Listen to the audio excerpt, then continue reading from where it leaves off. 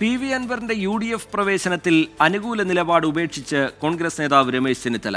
അൻവർ ഇല്ലാതെ UDFന് തിളക്കമാർന്ന ജയം നേടാൻ കഴിഞ്ഞെന്ന് രമേശ് ചെന്നിത്തല 24-നോട് പറഞ്ഞു. അൻവറിനെ മുന്നണിയിലെടുക്കണമെന്ന് പറഞ്ഞവർ തന്നെ ഇപ്പോൾ തിരുത്തിയെന്ന് പ്രതിപക്ഷ നേതാവ് VD സതീശൻ പ്രതികരിച്ചു. UDF പ്രവേശനത്തിൽ PV അൻവറിനെ കൈവിട്ട് രമേശ് ചെന്നിത്തലയും.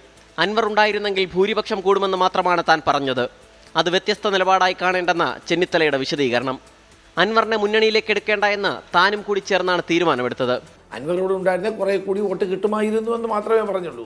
ഞാനല്ലാണ്ട് അൻവറെ തിരിച്ച് ഒരിടത്തും ഞാൻ വിളിച്ചിട്ടില്ല. അത് ചില ബോധപൂർവമായ ചില പ്രചരണം അഴിച്ചുവിട്ടതാണ്. അത് പ്രചരണം അഴിച്ചുവിടുന്ന ആരാന്നൊക്കെ എനിക്കറിയാം. വിജയത്തിന്റെ ക്രെഡിറ്റ് UDF നേതാക്കൾക്കാണെന്നും മുസ്ലിം ലീഗിന് ബിഗ് സല്യൂട്ടെന്നും രമേശ് ചെന്നിത്തല പറഞ്ഞു. നിലമ്പൂർ തെരഞ്ഞെടുപ്പിൽ ഞാനൊരു 15 ദിവസം അവിടെ ഉണ്ടായിരുന്നു. എന്നെപ്പോലെ തന്നെ പ്രധാനപ്പെട്ട എല്ലാ നേതാക്കളും ഉണ്ടായിരുന്നു. അതിനകത്ത് ആരെയും നമുക്ക് മാറ്റി നിർത്താൻ കഴിയില്ല. കുഞ്ഞാലിക്കുട്ടിയും അതോടൊപ്പം തന്നെ തങ്ങളും സാദിഖലി തങ്ങൾ എടുത്ത ആ ഒരു വലിയ നേതൃത്വം, അതിന് ഞാനൊരു ബിഗ് സല്യൂട്ട് നൽകുകയാണ്.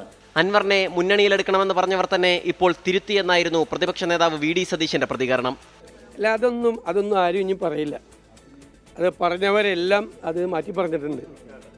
ഇനി ആരും അത് പറയില്ല. താൻ ക്യാപ്റ്റനെങ്കിൽ രമേശ് ചെന്നിത്തല മേജറെന്നും പ്രതിപക്ഷ നേതാവ്. ടീം UDF ആണ്. ടീം UDF ഒറ്റ വാചകം ഞാൻ പറഞ്ഞിട്ടില്ല.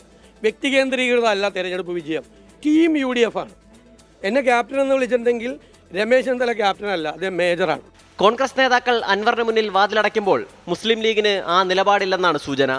സമാന ചിന്താഗതിക്കാരെ ഒപ്പം കൂട്ടണമെന്നാണ് ലീഗ് നേതാക്കൾ പറയുന്നത്. മുന്നണി വിപുലീകരണ ചർച്ചകളിൽ അൻവറും ചർച്ചയായേക്കും. 24 തിരുവനന്തപുരം.